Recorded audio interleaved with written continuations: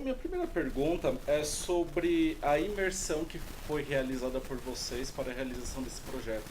Eu acredito, René, que talvez desde 2009, né, que você adentrou a aldeia Pedra Branca para conhecer, né, essa tribo indígena. Então, eu quero saber como foi todo esse processo antes da realização do filme. Na verdade, em 2009 eu vou filmar um pequeno registro de uma festa de fim de luto, que é a festa que a gente retoma no Chuva. Uhum. É, Era uma outra aldeia, não era Pedra Branca, era uma aldeia que chama Macaúba, uma aldeia pequena, e era a festa de uma liderança indígena que tinha morrido há um ano antes, e eles Sim. estavam fazendo. Era uma liderança super importante para os Craô e um cara que circulava muito fora da aldeia. Então ele tinha muitos aliados, amigos não indígenas. Então a Sim. festa era enorme. Eu fiquei lá uma semana filmando essa festa, totalmente perdida, né? Porque uma festa Craô é uma festa onde acontecem milhões de movimentos. E quando uma pessoa não conhece, a tendência é você perder pelo menos metade das coisas que acontecem porque você tá com a câmera no lugar errado, basicamente. Uhum. Então, mas depois, nessa primeira viagem, eu conheci um professor da aldeia Pedra Branca que tinha vontade já de levar o audiovisual para a aldeia e usar ele como ferramenta dentro da escola. E aí eu comecei a trabalhar na Pedra Branca e desde esse momento até, pronto, minha relação começou aí. Essa relação foi ganhando peso, fui criando muita confiança, amizade dentro da aldeia. E em 2014, quando chega o João, a gente começa a ter essa vontade de fazer um filme mesmo, uma coisa mais pessoal, um olhar meio que nosso, mas junto, né, com a comunidade. Uhum. Eu quero saber de vocês dois justamente sobre esse momento em que vocês se cruzam. Até porque vocês, enfim, têm formações diferentes, são oriundos de culturas diferentes. Então, como vocês se encontraram e o que cada um de vocês acredita que tem de virtudes para que funcionem como uma dupla, como uma unidade? Bom, a gente na verdade tem formações parecidas e a gente Ah, uhum, conheceu-se justamente em Buenos Aires em 2006, uhum, na Universidade del Cine, e formou-se ali inclusive um pequeno círculo de amigos e de afetos. É o Ricardo Alves Júnior que produziu este filme, mas que é mais conhecido enquanto realizador, não é? Também fazia parte desse núcleo. O Pablo Lamar, que fez o som, uhum, que também é diretor, que fez um filme lindo que se chama La Última Tierra, um paraguaio. Um, enfim, criou-se ali uma rede de amizades que perdura até hoje. Em 2013, a René vem para Lisboa acompanhar-me na rodagem do meu primeiro longa enquanto assistente de direção, de realização. E é nesse momento que ela me começa a falar e a apresentar imagens, relatos de vivências anteriores junto com os Craô. E nós combinámos ir para a aldeia depois da rodagem do Montanha, que foi uma rodagem feita de uma forma bastante mais tradicional, com uma equipe, com horário, né, com um cronograma de produção. E, e em 2014 nós visitamos a aldeia agora juntos, não é? uhum. E depois eu voltei uma segunda, uma terceira vez com a René e lentamente vai surgindo esta ideia para um filme. Agora a questão da coautoria, que eu acho que passa por aí a sua pergunta, não é? Uh, Bom, eu vejo que na forma tão não tradicional como este filme foi feito. É um filme feito de uma forma quase doméstica, não é? Apesar de ser filmado em 16 mm, com tempo, com rigor que eu acho que a gente traz da nossa vivência prévia de cinema, mas que nós queremos contrapor um novo modelo de produção para um novo contexto, para uma nova realidade onde filmamos. Então a questão da co-direção eu acho que é, vou dizer um grande clichê, mas há mais do que uma grande complementariedade, é mais uma antítese do que pode ser um filme aqui no meio. Não só uma tentativa de intermediação entre mundos e ontologias diferentes, não é? A nossa e a dos Craô, e como é que se encontra uma verdade do cinema que se possa relacionar com uma verdade indígena. Depois também num espaço mais micro, como é que nós dividimos essas decisões do que é fazer um filme. Mas como nós somos um casal, não é? O nosso cotidiano, a nossa vida doméstica, familiar, dilui-se na prática de fazer um filme. E isso é o que eu acho mais bonito em todo este processo, que é nós, enquanto estamos a tomar banho no rio, na aldeia, ou enquanto estamos a fazer o jantar, estamos também a falar sobre o filme. O René está ali do lado a trocar o magazine da câmara e eu estou fazendo a janta e a gente está conversando sobre o filme.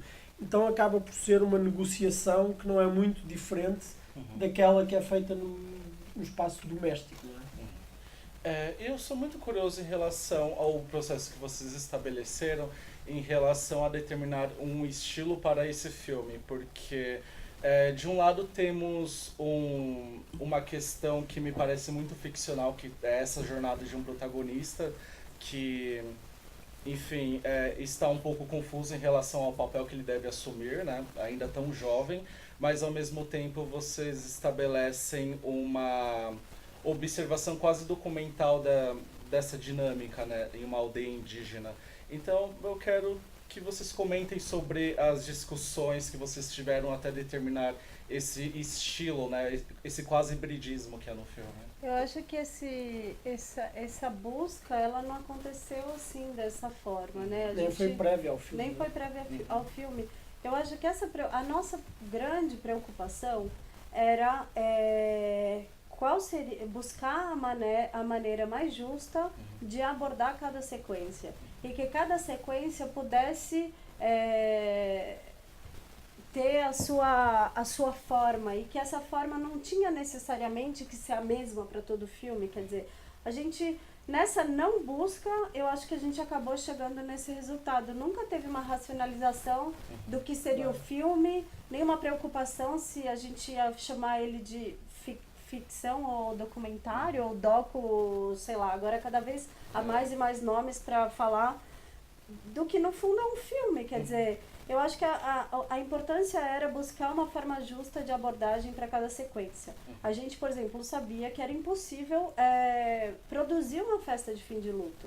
Eu não, né, a gente, na nossa dinâmica com a aldeia, na nossa relação de confiança, sabia que não queríamos ir por esse caminho.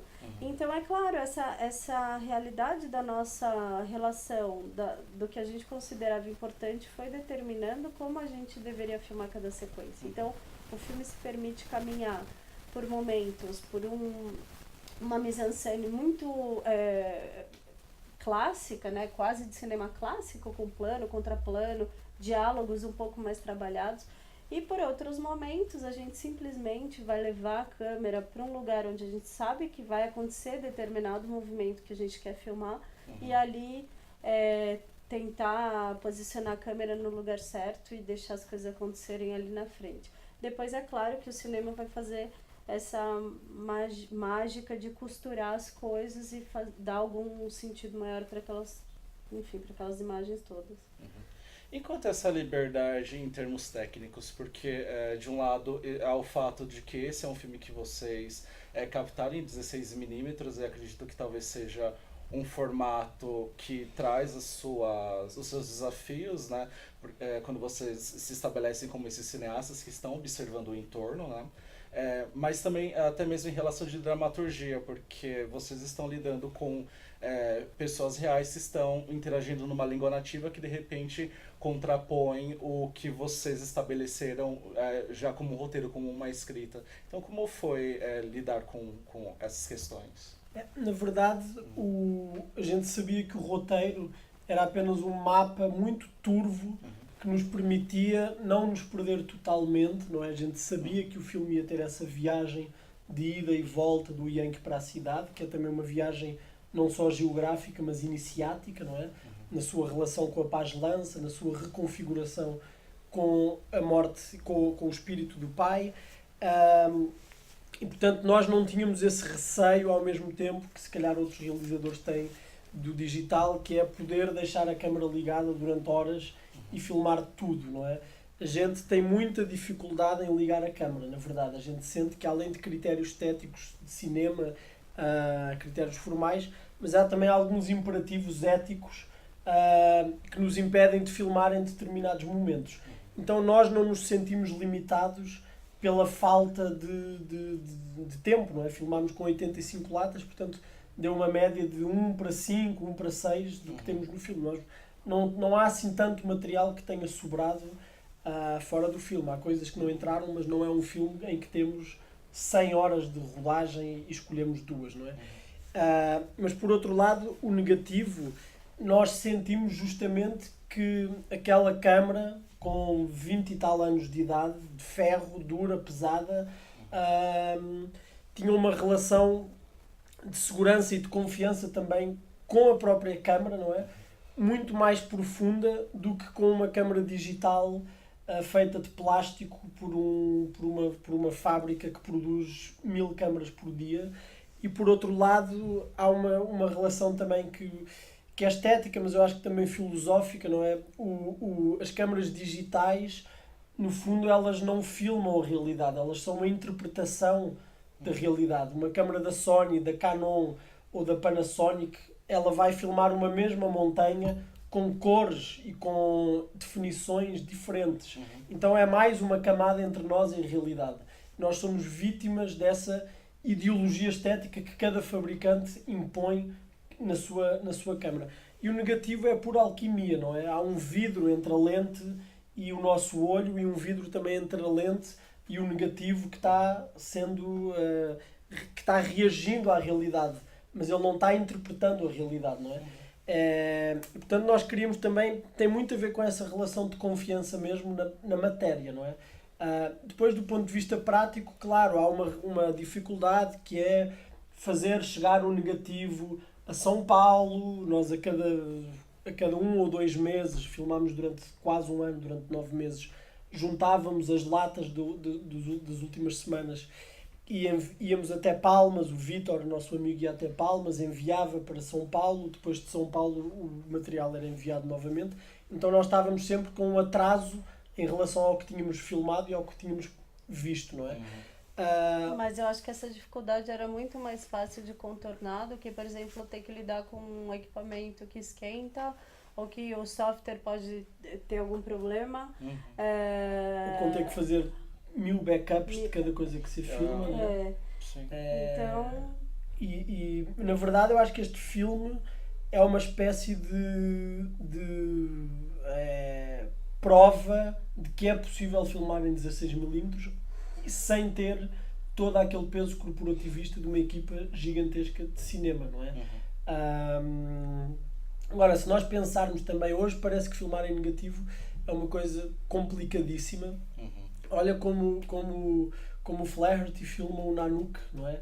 Há quase 100 anos atrás, com uma câmara que pesava 80 quilos, ele montou um laboratório dentro de um iglô no frio, na neve, ia buscar água, gelo que ele derretia para limpar esse micro-laboratório que ele monta. Quer dizer, está 100 anos atrás, não é? E o filme está aí, sobreviveu até hoje, não é? Então também eu acho que é uma ideia que a gente tem que romper mesmo, de que o digital facilita. Eu acho que não, acho que cada filme tem as suas especificidades e merece uma abordagem diferente, e é maravilhoso que todas as possibilidades sejam possíveis, e não só o digital, né? Eu adoro o digital, acho que ele é muito importante, revolucionou mesmo a maneira de fazer filmes. Mas eu acho que a gente tem que ter enfim, a escolha de poder filmar em negativo também. E para finalizar, o Chuva se junta a uma safra recente do cinema nacional que, para mim, está ficando cada vez mais ampla, e como espectador eu tenho observado alguns filmes que tenham trabalhado essa questão indígena. Temos o Martírio, que tem esse teor de denúncia. O Último Trago já foi lançado esse ano, que tem essa questão de resgate histórico, né, a partir da ficção. Enfim, a Taeguauan também, que é um outro documentário. Eu tomei nota do Espagé, que fala sobre esse processo de extinção a partir da conversão, né, de indígenas como se fosse, enfim, seres urbanos, né?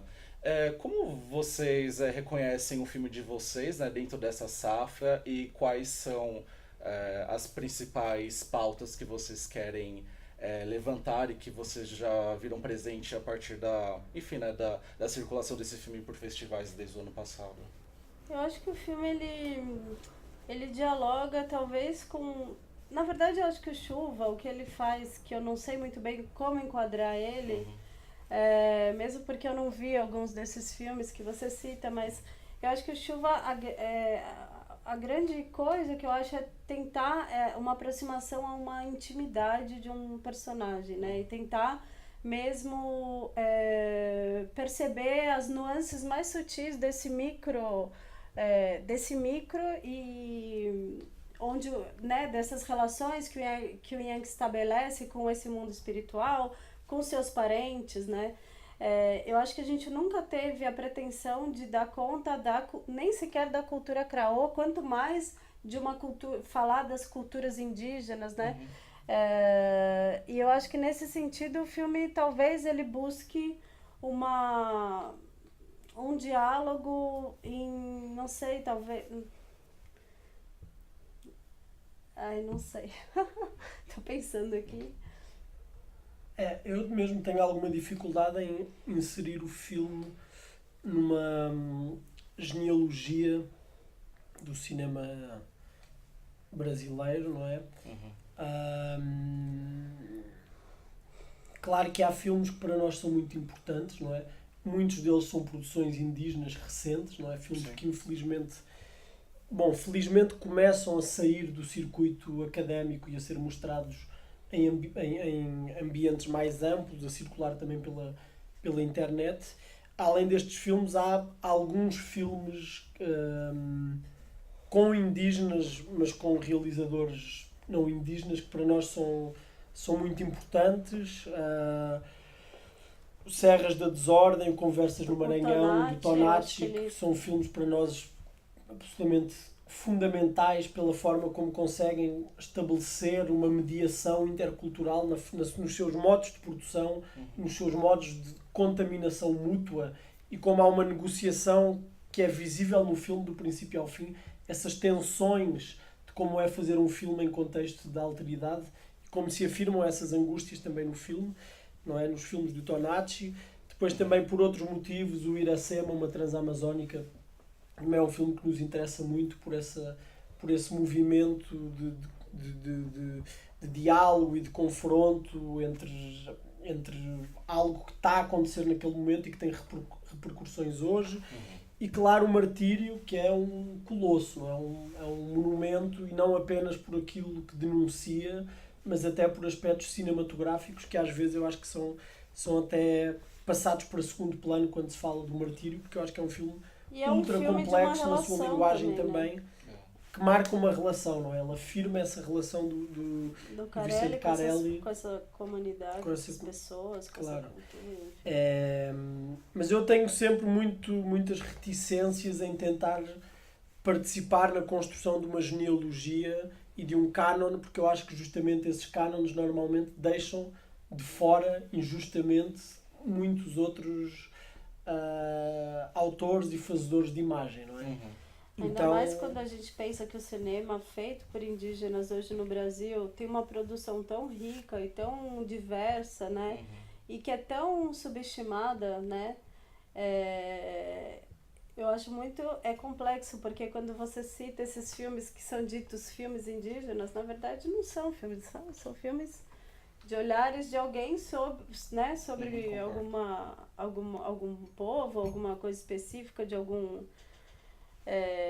mas eu acho que esse olhar ele tem que virar agora pro outro lado, né? Porque já existe uma produção muito consistente, não tem mais por que a gente continuar citando os mesmos filmes, né? Sendo que tem toda uma produção indígena aí que dá conta muito bem do recado, né? Perfeito. Eu agradeço pela entrevista e sucesso com o lançamento comercial do filme. Obrigada. Obrigado.